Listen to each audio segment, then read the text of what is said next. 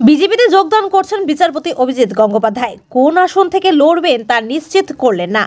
মঙ্গলবার এই কথা সংবাদ মাধ্যমের সামনে ঘোষণা করেন প্রাক্তন বিচারপতি। আজই নিজের ইস্তফাপত্র ডাকযোগে রাষ্ট্রপতি দ্রৌপদী মুর্মু এবং প্রধান বিচারপতি ডিওয়াই চন্দ্রচূড়ের কাছে পাঠিয়ে দিয়েছেন বিচারপতি। দেখা করেন কলকাতা হাইকোর্টের প্রধান বিচারপতি টি.এস. শিবগানমের সঙ্গে।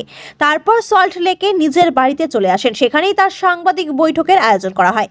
বিজেপিতে কেন যোগ দিলেন? বিচারপতি গঙ্গোপাধ্যায় বলেন, বিজেপি একমাত্র সর্বভারতীয় দল, যে দল তৃণমূল কংগ্রেসের দুর্নীতির বিরুদ্ধে লড়াই করছে। সেই সঙ্গে তিনি জানান, এই রাজ্যে একমাত্র বিজেপি হলো সর্বভারতীয় দল। তিনি আরও বলেন, আমি ভারতীয় জনতা পার্টিতে যোগ দিচ্ছি, শীঘ্রই যোগদান করব, সম্ভবত 7ই মার্চ যোগ দেব।